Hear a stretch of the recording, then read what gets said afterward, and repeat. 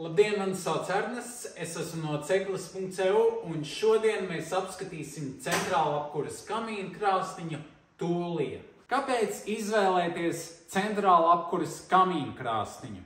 Ja jums ir lielas telpas vai vairāki stāvi, šis ir viens no efektīvākajiem un lētākajiem veidiem, kā apkurināt visu mājokli. Runājot par konkrēto modeli, tam ir 5 kW, kas izdalās istabā un 7 kW, kas aiziet uz centrāla apkuras sistēmu. Krāsniņa ir paredzēta platībām līdz pat 80 kvadrātmetriem.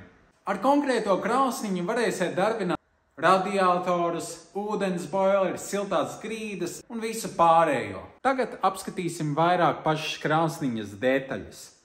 130 mm dūmvadu izvads, kurā ir iestrādāts šībers ar drošības atvērumu. Pati krāsniņas augša ir no tērauda un zem tās ir līnija ar keramiskajām flīzītēm.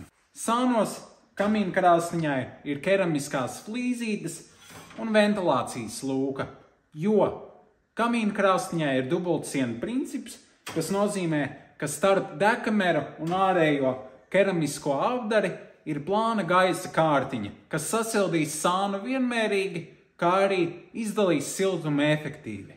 Tālāk jau esam nonākuši krāsniņas priekšā. Varam redzēt gaisa atveri, kas ir sekundārā gaisa padeve.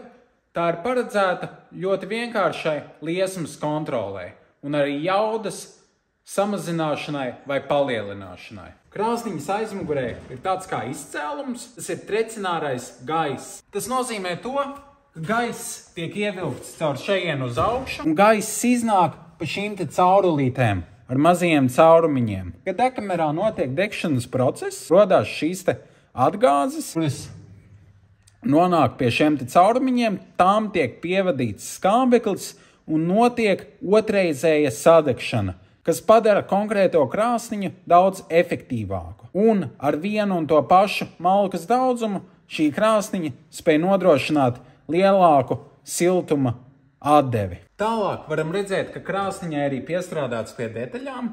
Visi rokturi ir no chromēta tērauda. Pirmā lieta, ko konkrētajai kamīna krāsniņai uzreiz var pamanīt, ir lielais stikls. Tam ir pretaizkvēpšanas tehnoloģija un to aizsargā tērauda režģis, lai malka neiesistos stikliņā un to nesabojātu.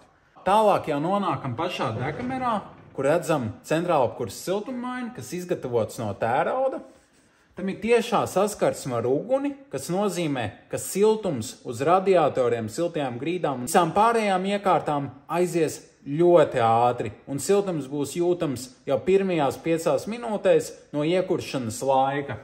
Papildus tam visa degkamera aiz siltummaiņa ir izklāta ar šamata plāksnēm, kas gan akumulēs siltumu, gan arī akumulēto siltumu atdos papildus uz siltummaini, kas nodrošinās augstāku efektivitāti un lielāku jaudu uz radiatoriem. Apakšā ir čuguna reste, cik gara malka ieiet degkamerā, bet pirms tam vai varam novērtēt, cik plaši atverās durvis un cik liela ir tiešām šī te atvere uz degkameru. Tālāk jau ņemšu pāris no pagalēm, kas ir aptuveni 36 cm garas. Šajā degkamerā iesakām tās likt stateniski, bet var redzēt, ka tās var ielikt daudz, un te vēl ir ļoti daudz vieta. Zem krāsniņas degkameras ir atrodama pelnu atvilkne, kas ir pietiekami ietilpīga un ļaus ļoti vienkārši un ērti atbrīvoties no pelniem.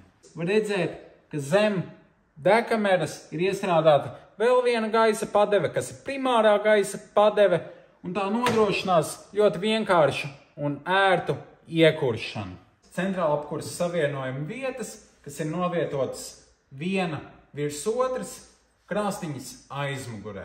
Milzīgs paldies, ka noskatījāties šo video par centrāla apkuras kamīna krāsniņu Tūlija. Ja gadījumā jums ir kāds papildus jautājums, droši sazinieties ar mani vai kādu no maniem kolēģiem cegles.eu kontaktu sadaļā. Ja vēlaties apskatīties klātienē, atrodamies Spunķiemā, droši brauciet ciemos.